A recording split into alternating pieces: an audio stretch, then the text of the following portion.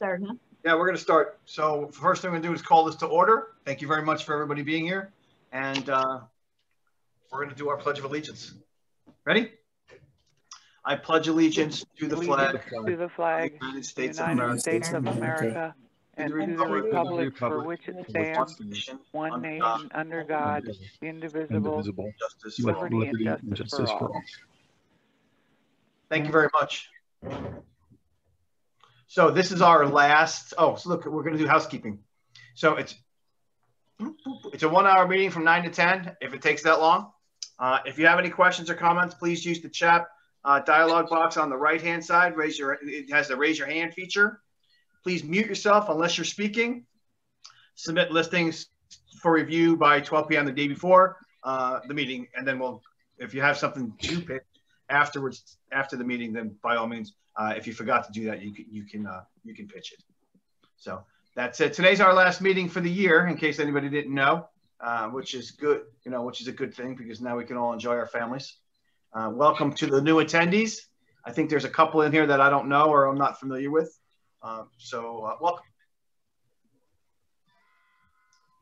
Let's see. The affiliate spotlight today is on, hey, Steve Strickland, First American. Hey.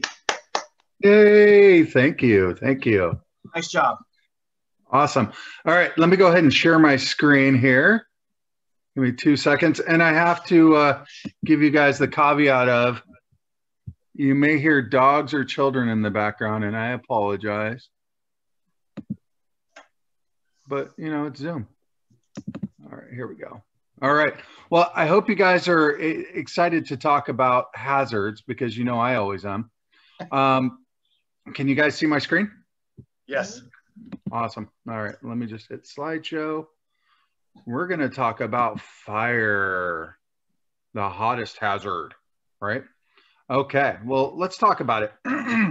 In order to really get into what, where fire's at right now and what's happening, I think we need to kind of get into the fact that the seas are expanding, the glaciers are melting. Some of the scientific research, I did a lot of research and development on this, and what I found was pretty interesting. In 2020, we had the third warmest June on record. January through June of 2020 was the second warmest. Most of the warming, I found that it has occurred within the past 40 years, and 9 of the 10 warmest Junes have occurred in the last 10 years. And then 19 of the 20 warmest years have occurred in the last 19 years. And then I think you guys remember this, Monday, August 17th, Death Valley reached 130 degrees. It was insane. Things are changing. Global atmospheric temperature is rising. So why is this all happening? Well, the consequences of it happening, of atmospheric warming, it's going to raise sea level, increase coastal flood risk. It's going to decrease our winters and spring rainfall in the Southwest. It's going to cause early snow melt for those areas that are getting snow, rising summer temperatures, reduced soil moisture, and declining water supplies within the Western U.S. But it also means more intense droughts and heat waves, wind intensification, and increased size and frequency of what? Wildfires. So that kind of leads into what we're seeing with wildfires. Now, there's a new term out there, and the state of California has now said, we have mega fires. That is now one of the terms for the fires that are out there. What is mega fire? It's a noun and it has 3 examples. It's 1, an extraordinary fire; 2, a wildfire that burns over 100,000 acres; or 3, a wildfire that has an enormous population impact. So real quick, let's look back at the fire history over the last couple of years. In 2017, this was just an insane year for wildfires. Up north, especially in Sonoma County, there was 160,000 acres that were burned, 40 deaths, if you guys remember, the whole Paradise area, 8,000 structures.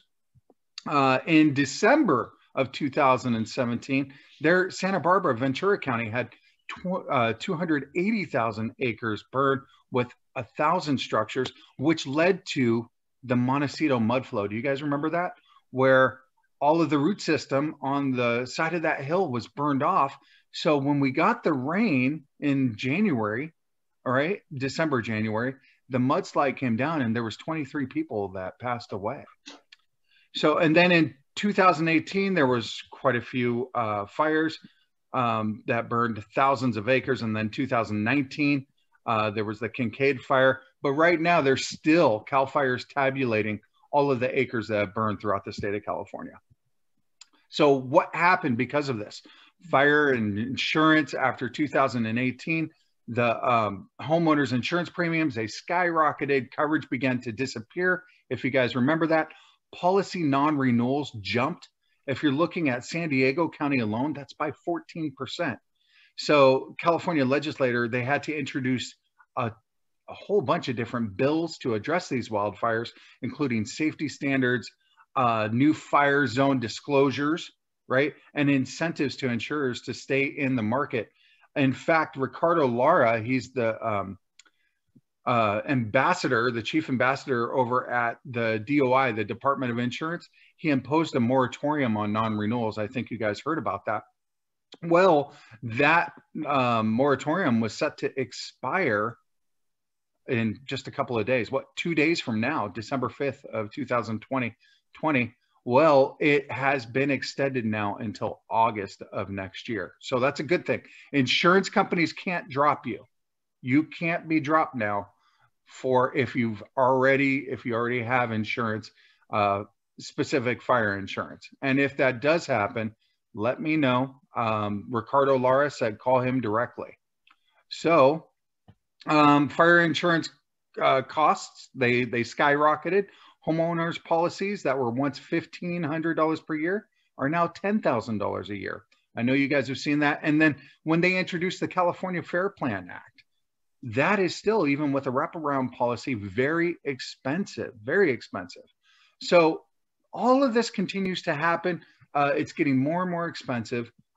What are we going to do about it? What's happening? Well, I can tell you right now, we're lobbying to get the federal government to step in and say, okay, well, we take care of flood, we take care of earthquake. These are all federal insurance programs.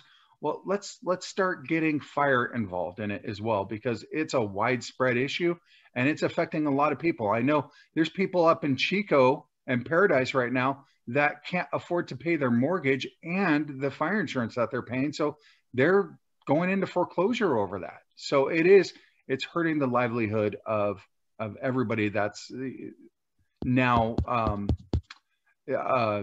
that's now having to pay these exorbitant amounts. So what does this mean? That means that there's a new disclosure coming out, right?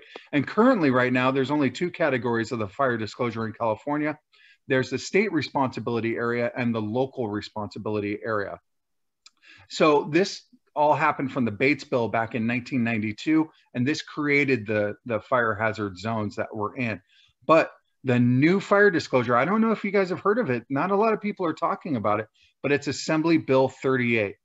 So what that's going to do is that's going to add a high fire hazard severity zone to the very high zone disclosure.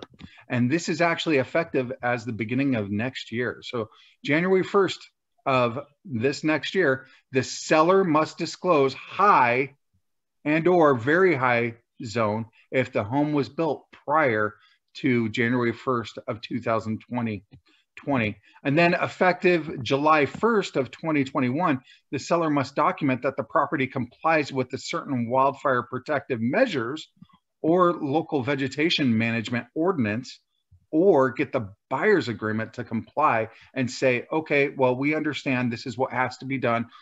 We're going to go ahead and we're going to do this as the buyer. Now, also note that the statutory NHD statement includes a place for the very high fire hazards zone disclosure, but not the new high fire hazard severity disclosure as of right now. So if you're taking care of this by yourself or for your sellers, which map should you or your seller use to comply with this new assembly bill? Well, CAL FIRE has been working on their maps. They are the actual standard for the maps that the state pulls from, the cities, the counties, most insurance companies pull from. But those maps are now over a decade old. So what are we going to do? How are we going to pull all of this information? And Assembly Bill 38 is kind of ambiguous. It doesn't specify which maps to use for this new high zone disclosure.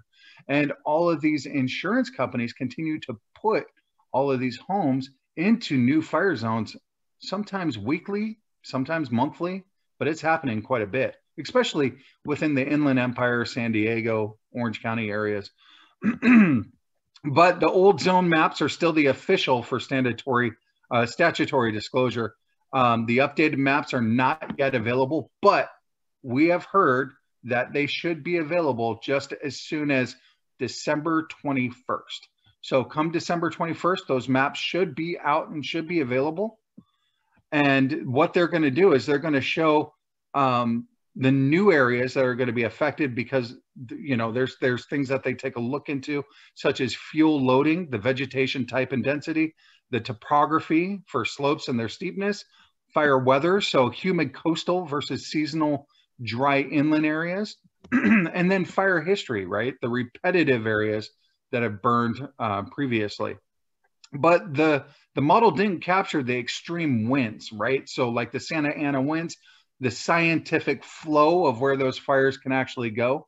So that's really essentially what they're working on right now, is that they're trying to capture and forecast where those could go. It's kind of like dam inundation, where let's say a dam breaks. Where's that water going to flow, right? Is it just going to go straight down the hill? Is it going to go to the left, to the right?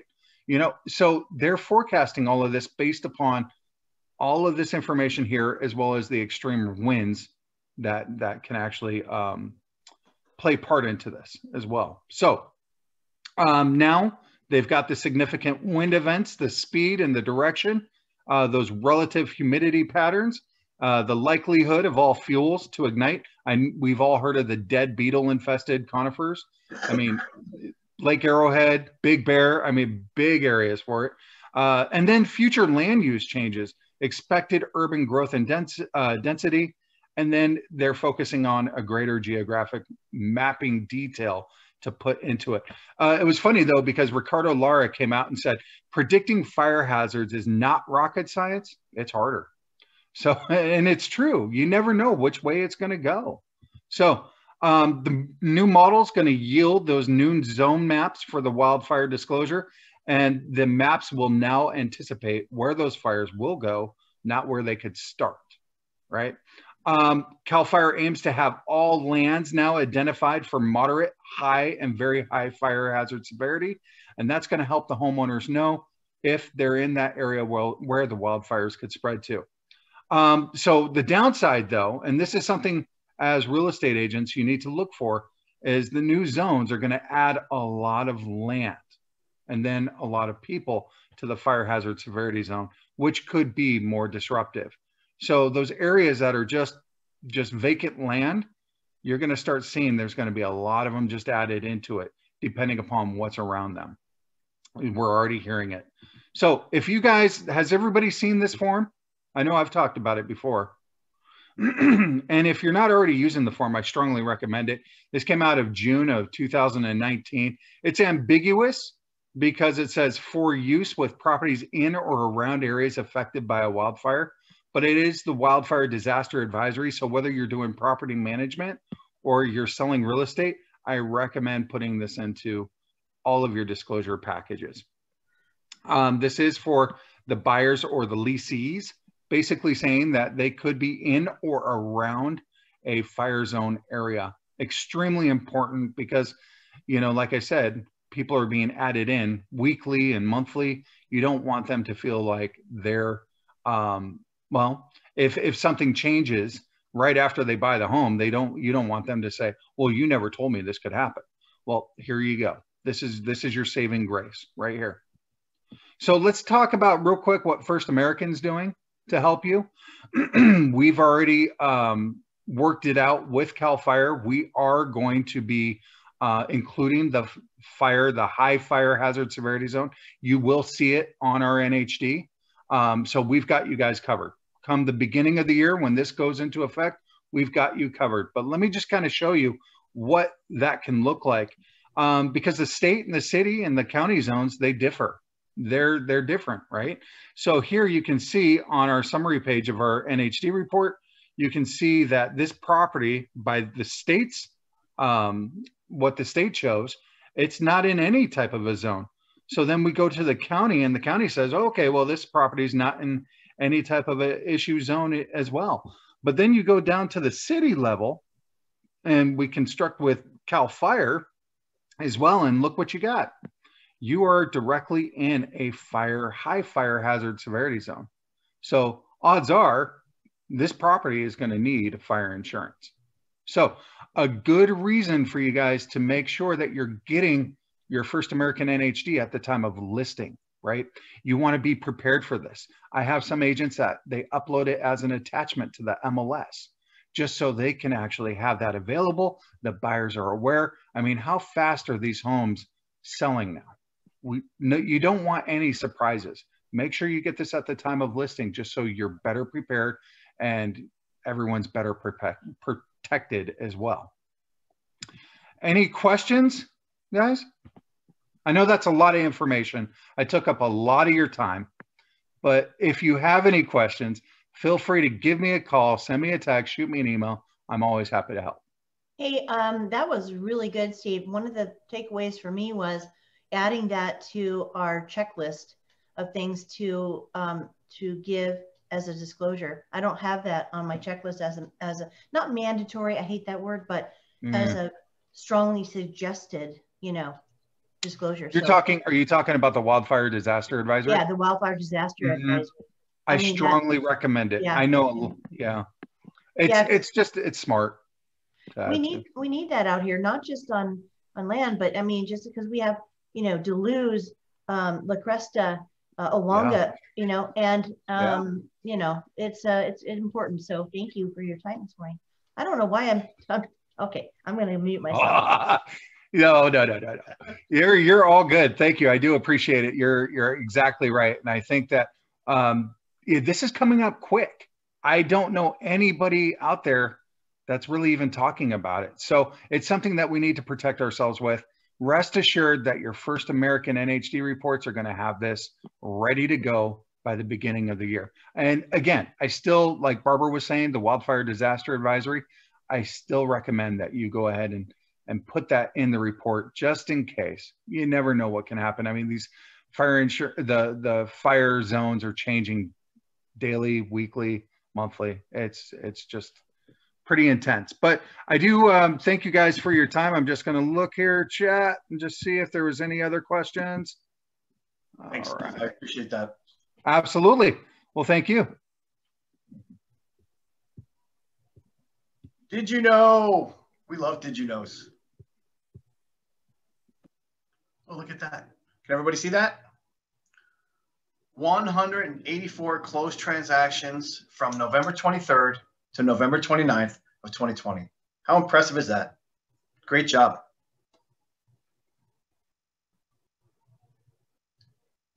Sylvia. Hi, everyone.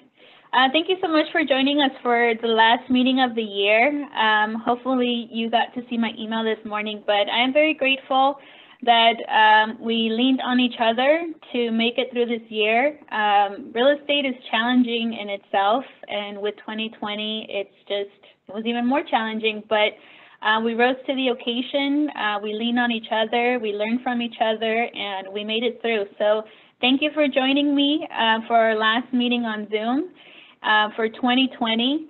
I believe we're going to start the year on Zoom in 2021 in January, but I know that in the future we'll be able to meet in person again, and I can't wait for that. In the meantime, I've prepared a short presentation for you in regards to keywords and phrases from fair housing. One of the questions that we get a lot for CRMLS is what can I write or can't I write in a property description? And so I wanted to share with you what CRMLS uses. And so here I've highlighted what the warning that you see in the red letters. I wrote it in the description just because it didn't fit in the full screen. But if you notice in the bottom, it says that language that violates fair housing and HUD guidelines is not allowed. And so it's very general statement, but there is a worksheet that you can use from CRMLS, and you can find it on their website, and it's called the Fair Housing Keyword and Phrases. And so here they list a lot of words that are not allowed, and this is what they use to issue the violations. And so when in doubt, check this list. If it's not in there, you might be okay.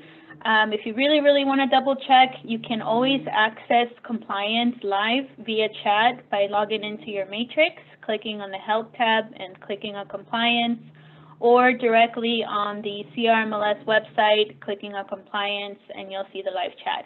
You can always call me as well, and I would be happy to do any research for you. I will be sharing the link on the chat, but that's it from me. Thank you, George. Thanks, Sylvia. That's good information. I use most of these words, by the way. Just kidding. Okay, so we're going to go on tour. So today's properties.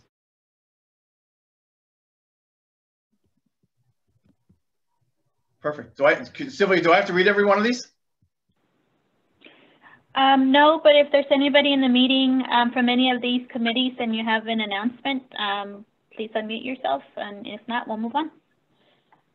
I've got something. Okay. Hey guys, so I just wanted to thank everyone who took a tag or a tree for our Giving Tree project for Kamali'i Family Foster Agency.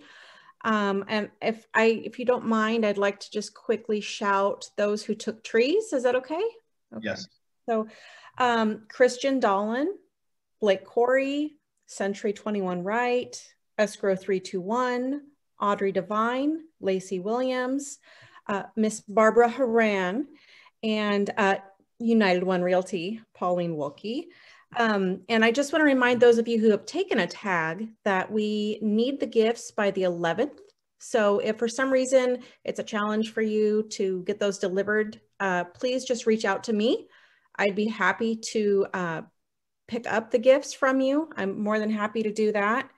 And I'm just really overwhelmed by everyone's generosity. Before we even got to the Giving Tree portion, just individual tags that were picked up, it was amazing. Normally we would do 10 trees. We could only do 8 this year because we had so many individuals jumping at the chance to sponsor a foster child for Christmas. And I just think it's really inspiring. Sorry, this is my heart. So the other thing I just wanted to remind those realtors on the call as the scholarship person that there is that option to give $5 or more to the scholarship fund when you pay your annual dues. And I would love to encourage you to make a donation to the scholarship fund. I think we all recognize that being a high school senior,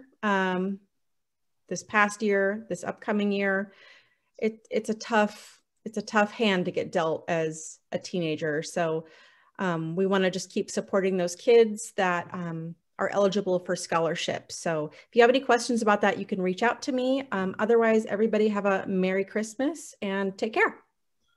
Thank you very much. Great. I'd like to say something. Barb Horan here with the Education Committee. We have our SIG graduation coming up on Monday, December 7th at Monteleone Meadows. I'm sure you guys are probably aware of it, but we also have the last class of the year for SIG is ethics, and that is coming up. Hold on, I teach this class, so I should know it. Oh, it's on the 10th. It's Thursday, next Thursday, the 10th, and it's from 1 to 4. And so, you know, have anybody sign up who needs ethics, you know, for their requirement, or just want or part of the SIG class. That's the 10th from 1 to 4 on Thursday of next week. Thanks, Barbara. Can I go, George? Yes, you can. Hi, this is Pauline Wolke, and I just want to talk about the MLS marketing meeting. I just want to say thank you guys so much for hosting.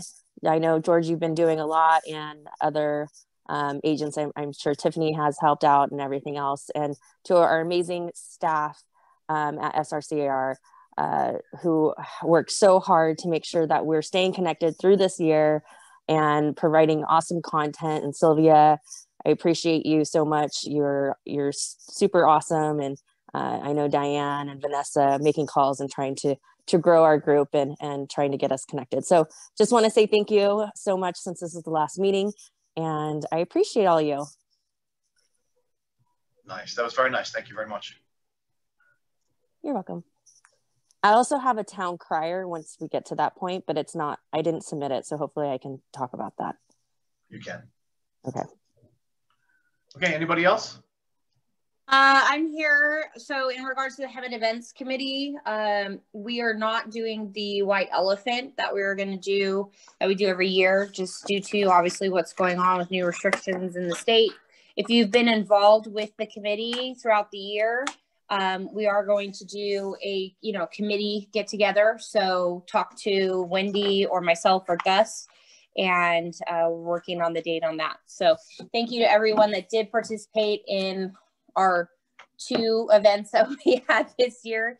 The golf tournament was very, very successful. So thank you to everyone that participated and donated and gave their time.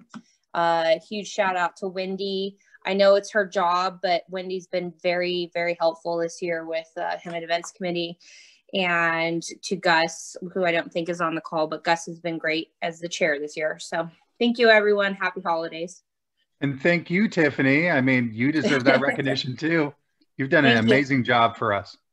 Thanks. It's worth it, because when you see the funds that come in and what they go towards, and now there's going to be some first-time home buyer programs available. So half, and that all that it goes into is just a great cause.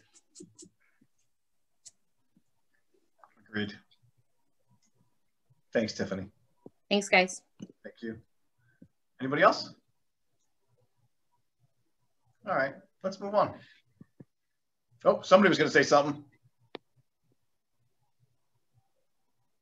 Education and event updates. So today, here we are today. There's a YPN retreat is at 12 p.m. Thursday, December 3rd. It's Keeping Up with Instagram in 2021, the paperless agent. Also, 9 o'clock is the Menifee Networking and Property Review. 10 o'clock is the DRE update with Real Estate Commissioner Doug McClawley. 12 p.m. is Marietta Temecula Networking Property Review.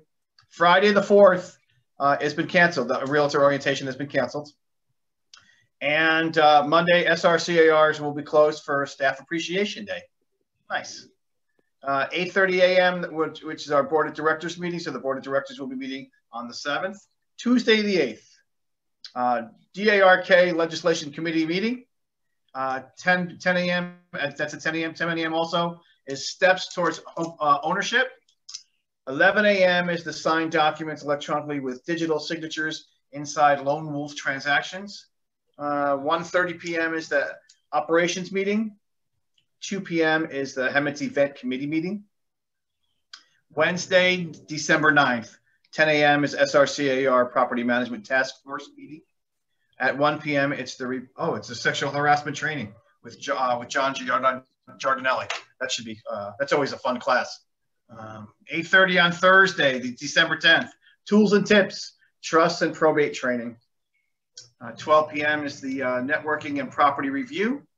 1 p.m. is the Ethics that Barbara was just talking about, the SIG class, the Ethics class at 1 p.m. Monday the 14th is the staff meetings. The office is closed until noon. And at 12 p.m., the YPN committee meeting is in the executive room on the 14th, Monday the 14th. Bob, Sunlight Realty here. Some time ago, you got...